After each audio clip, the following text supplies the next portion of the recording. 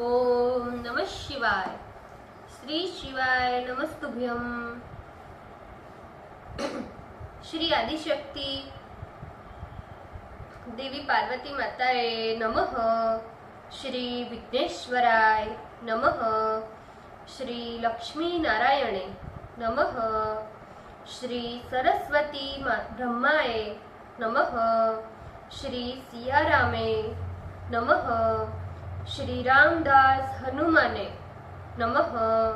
श्री राधे श्यामे नमः। हे शिवजी, તમારી કૃપાથી હું આ શિવ પુરાણ વાંચી રહી છું અને મારી મમ્મી અને તમામ શ્રોતા શિવ પુરાણ સાંભળી રહ્યા છે।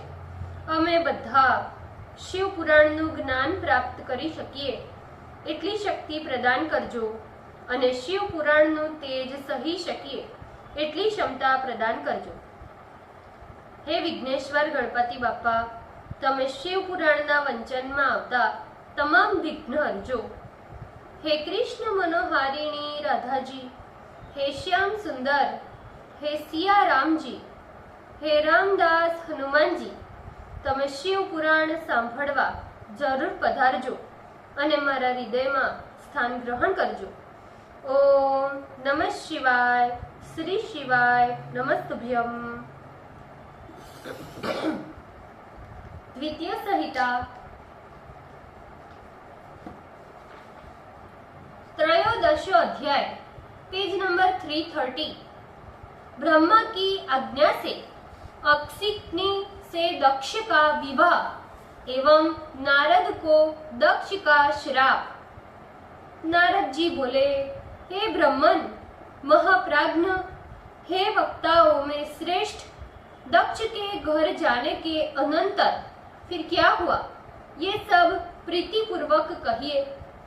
ब्रह्मा जी बोले, हे नारद, दक्ष प्रजापति ने अपने आश्रम में जाकर प्रसन्न चित्त हो मेरी आज्ञा से बहुत सी मानसी सृष्टि पैदा की, किंतु उस सृष्टि को बढ़ती हुई न देख दक्ष ने मुझ ब्रह्मा से कहा, हे तात, हे ब्रह्मन, हे प्रजानाथ, मेरी बनाई हुई ये प्रजा बढ़ती नहीं है।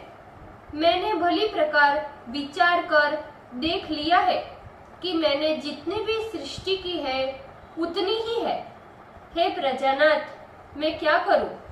ये मेरी प्रजा अब किस प्रकार बढ़ेगी?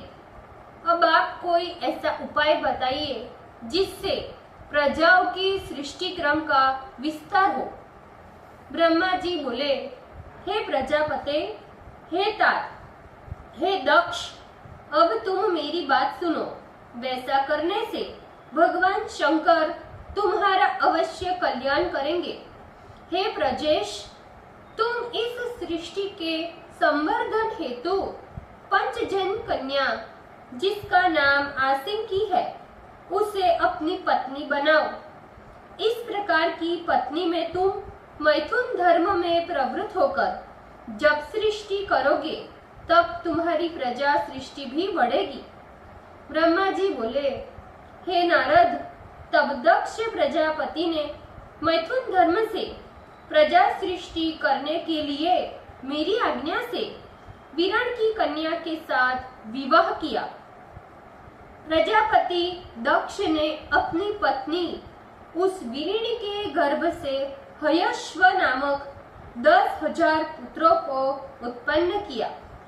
हे मुने, वे सभी हयश्व पिता के समान धर्माचरण करने वाले, पिता की भक्ति में तत्पर होकर वेद मार्ग का अनुसरण करने लगे। वे दक्ष पुत्र अपने पिता की आज्ञा पाकर सृष्टि के उद्देश्य से पश्चिम दिशा में तपस्या हेतु चले गए, जहां पर परम पवित्र नारायण सर नाम का तीर्थ है, जहां पर नदी तथा समुद्र का संगम हुआ है। उस तीर्थ के स्पर्श मात्र से ही दक्ष पुत्रों की बुद्धि अत्यंत निर्मल हो गई और पाप के छूटते ही वे सभी परमहंस धर्म में स्थित हो गए और पिता की आज्ञा अनुसार प्रजा वृद्धि के लिए दृढ़ता से उत्तम तप करने लगे।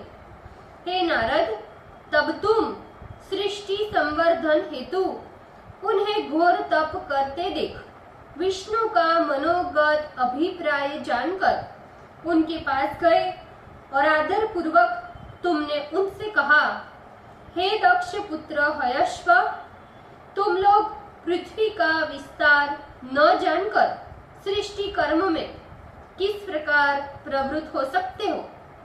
ब्रह्मा जी बोले, वे हयश्व गण तुम्हारी बात सुनकर सृष्टि के विषय में सावधान होकर मन में विचार करने लगे।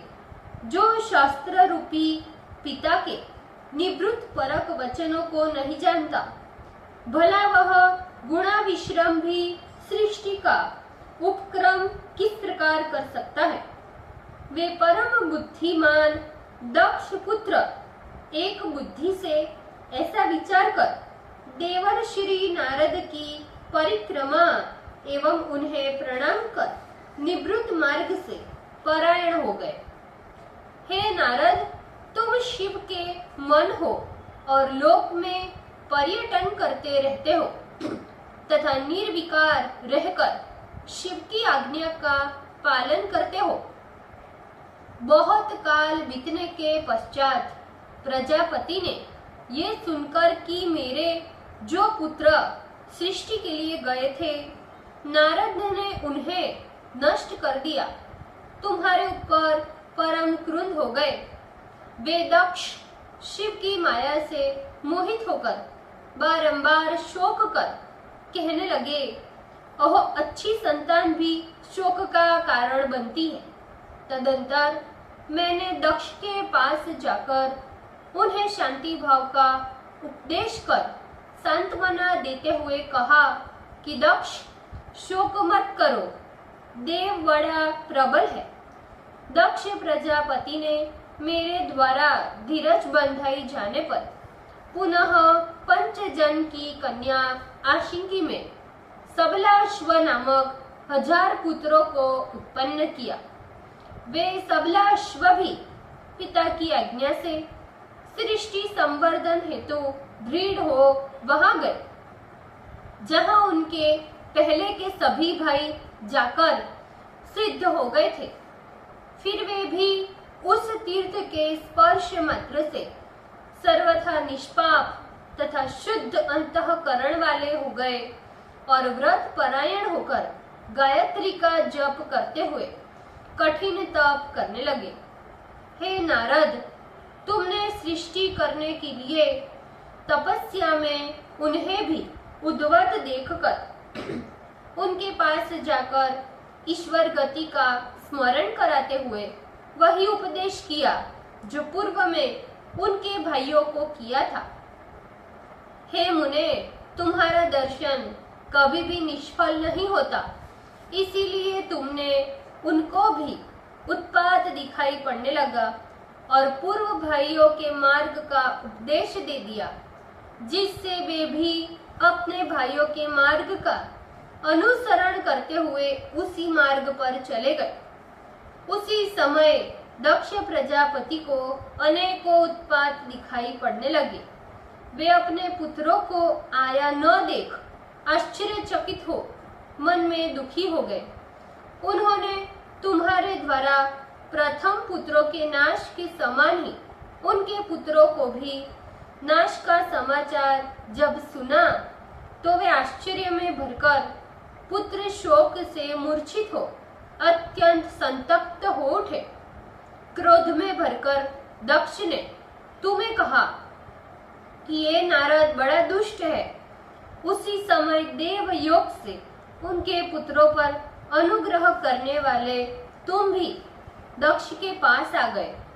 तब वे प्रजापति दक्ष क्रोध में भर होठों को फड़फड़ाते हुए अपने समीप आए, तुम्हें धिक्कारते हुए निंदा पूर्वक कहने लगे, हे अधमति अधम, तुमने साधु का वेश बनाकर मेरे 7 पुत्रों को ये कैसा उपदेश दिया। तुमने मेरे इन पुत्रों को इस प्रकार भिक्षु मार्ग का उपदेश क्यों दिया जो उनके लिए कल्याणकारी नहीं था? तुम्हारे जैसे निर्दयी शठ ने देव, ऋषि तथा पितृगण से मुक्त हुए बिना ही मेरे इन पुत्रों को ऐसा उपदेश कर उनका एहलौकिक तथा पारलौकिक कल्याण नष्ट कर दिया।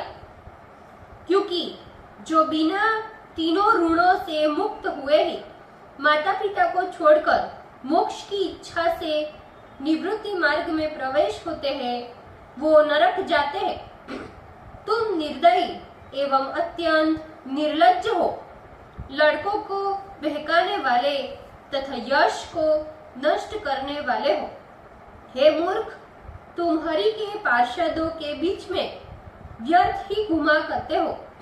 हे अधमा अधम, तुमने बारंबार मेरी बुराई की, इसीलिए तुम इसी प्रकार लोक में भ्रमण करते रहो, कहीं भी तुम्हारा पैर स्थिर न रहे। इस प्रकार शिव की माया से मोहित हुए दक्ष ने ईश्वर की इच्छा को बिना जाने ही तुम जैसे श्रेष्ठ भक्त को श्राप दिया। और हे मुने, तुमने भी दक्ष के इस श्राप को निर्विकार हो ग्रहण किया, क्योंकि साधु का स्वभाव स्वयं सहनशील होता है। ओम नमः शिवाय। श्री शिवाय नमस्तुभ्यम। ભૂલચૂક માફ કરજો શિવજી, કૃપા રાખજો। આજના શિવપુરાણના વંચનનું પુણ્ય મને પ્રદાન કરજો શિવજી। ઓમ નમઃ શિવાય। શ્રી શિવાય નમસ્તુભ્યમ।